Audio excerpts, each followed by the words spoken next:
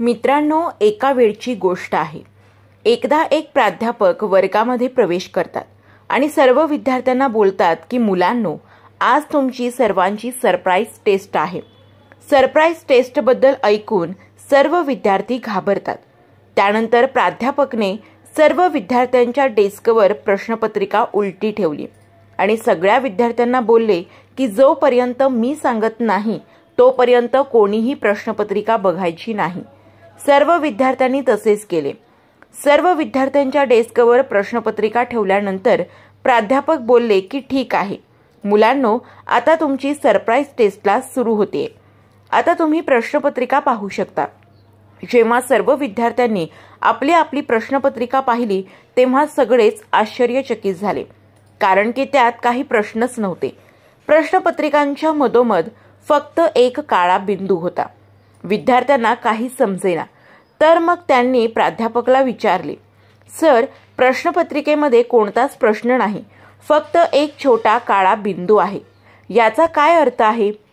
तेव्हा प्राध्यापक हसून बोलले की विद्यार्थ्यांनो, हीच तुमची सरप्राईज टेस्ट आहे। तुम्हाला या पेपरमध्ये जे काही दिसत आहे तुम्हाला त्याच्याबद्दल यात लिहायचं आहे। सर्व विद्यार्थी कन्फ्यूज होते आणि प्रश्नपत्रिकेला खूप काळजीपूर्वक बघू लागले होते। त्यांना काही समजतच नव्हते की काय लिहायचं। तरी पण सर्व विद्यार्थी आपल्या आपल्या दृष्टीने जे काही दिसले त्या उत्तरपत्रिकेमध्ये लिहिले। टेस्ट संपल्यानंतर प्राध्यापकने सर्वांची उत्तरपत्रिका घेतली आणि सर्वांचे उत्तर वाचू लागले। प्राध्यापकला समजले की सर्वांनी त्या छोट्या बिंदूबद्दलच लिहिलेले आहे। तेव्हा प्राध्यापक बोलले की विद्यार्थ्यांनो, तुम्ही या टेस्टमध्ये सर्वजण नापास झाला आहात। हे ऐकून सर्व विद्यार्थी आश्चर्यचकित झाले आणि सर्वजण आश्चर्यचकित होऊन प्राध्यापकाकडे पाहू लागले। प्राध्यापक बोलले, कारण विद्यार्थ्यांनो, ही एक सकारात्मक विचारांची टेस्ट होती। तुमच्या सर्वांजवळ एक मोठा पेपर होता, ज्याच्या मधोमध एक छोटा काळा बिंदू होता। त्या पेपरच्या स्वच्छ पांढऱ्या भागावर कोणाचंच लक्ष गेलं नाही। सर्वांचं लक्ष फक्त त्या छोट्याशा काळ्या बिंदूवर गेलं आणि सर्वांनी त्या काळ्या बिंदूबद्दलच लिहिलं। विद्यार्थ्यांनो, हीच गोष्ट आपण आपल्या जीवनात देखील करतो। आपलं जीवन पण या सरप्राईज टेस्टच्या कागदासारखंच आहे, ज्यामध्ये आपलं लक्ष फक्त त्या छोट्याशा काळ्या बिंदूवर अर्थात जीवनातल्या अडचणी आणि अपयशांवरच असतं। आपलं लक्ष कधीच कागदाच्या पांढऱ्या भागावर अर्थात परमेश्वराने आपल्याला ज्या चांगल्या गोष्टी दिल्या आहेत त्याच्यावर कधीच नाही जात।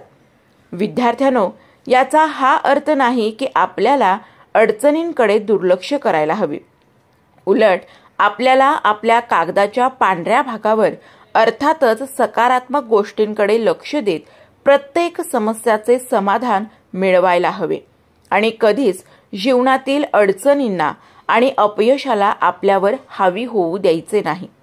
मित्रहो, नेहमी आपण आपल्या जीवनातील छोट्या छोट्या समस्या आणि अपयशांमुळे दुःखी होतो। आपलं लक्ष कधीच जीवनातील पांढऱ्या कागदावर जात नाही। जसं की आपल्याजवळ एक स्वस्थ शरीर आहे।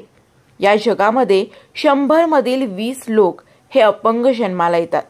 तुमच्याजवळ काळजी करणारे आई वडील आहेत, नाहीतर या जगामध्ये 100 मधील 10 लोक हे अनाथ आहेत। तुम्ही तुमच्या घरामध्ये सुरक्षित आहात, नाहीतर जगातील काही भागांमध्ये युद्ध चालू आहे। लाखो लोक मरून जात आहेत, लाखो लोक बेघर आहेत, भुकी आहेत। तुमची परिस्थिती त्या लोकांपेक्षा लाखो गुणा चांगली आहे।